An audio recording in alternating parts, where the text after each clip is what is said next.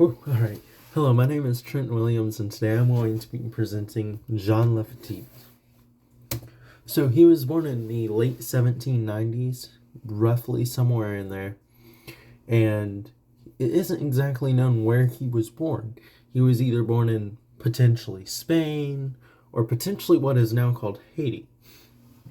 So he moved to Louisiana in roughly 1810, somewhere in there, and pretty quickly he started pirate activities. By 1810, he was established and known as a pirate. So they don't know exactly if maybe the same year he had moved and started pirating, but it's somewhere in that general time frame. Again, not a whole lot is definitively known about him.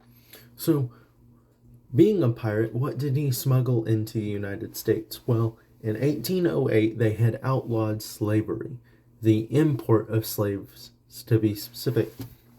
So that's what he smuggled in. He smuggled in slaves into Louisiana, and along with some other kind of typical pirate stuff.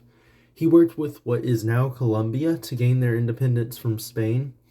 He was a privateer for them. So anytime he would capture a Spanish ship, he would raid it in the name of what is now Colombia getting independence, and he would keep everything he stole from those ships.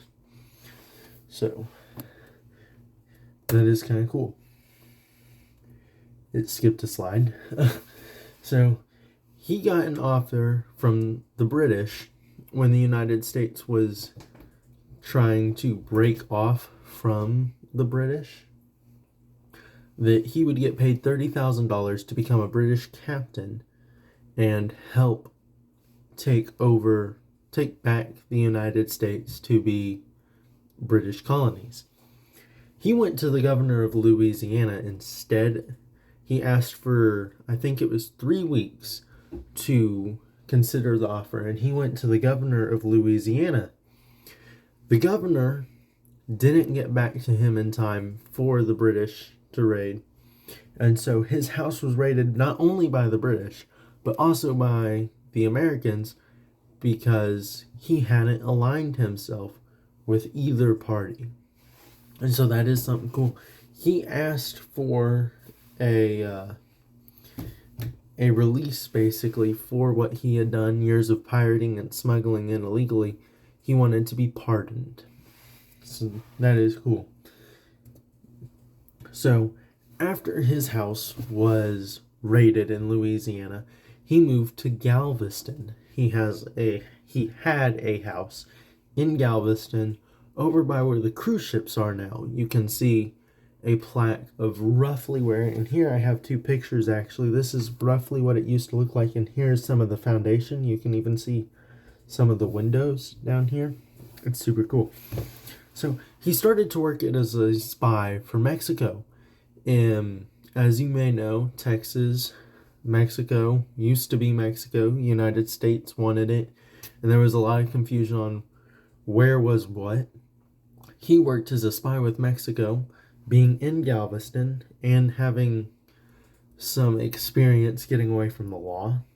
So the U.S. Navy stopped his smuggling. He smuggled different things into Galveston, but the U.S. Navy put a stop to it, raiding his house. He was never confirmed seen again. Some people suspect that he fled further into Mexico. Some people suspect that he fled to Central America, potentially Cuba, potentially South America. There's no reports of him being killed during this raid. None that I can find. But he was never seen again. He just completely disappeared off the face of the earth. So, being a pirate, he had some gold and treasure that he had amassed. And so, where did he hide it? No one really knows. A lot of people suspect that maybe he had hidden it somewhere in the bayous of Louisiana, being he lived there. Some people think he took it with him to wherever he went, and some people think it's hidden somewhere in Galveston.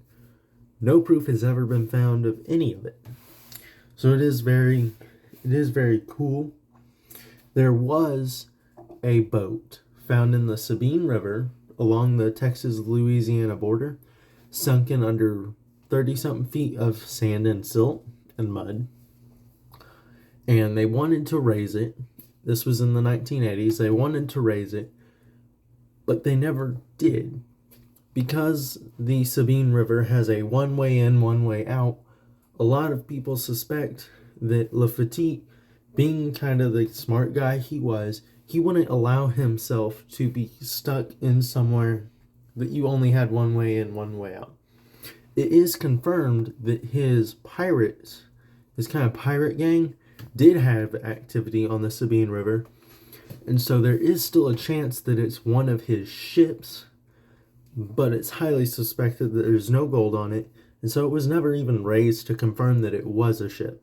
It was just a 42-foot-long anomaly in the shape of a ship. So, again, maybe in Galveston. Potentially, this is where he was last seen, kind of where the legend dies off. And then there's always the possibility that maybe there is no gold. Maybe he spent it all. Maybe a gazillion different things could have happened, but maybe there is no buried treasure. But the day that all these facts are found out, where did he come from, where did he go, the world's gonna get smaller.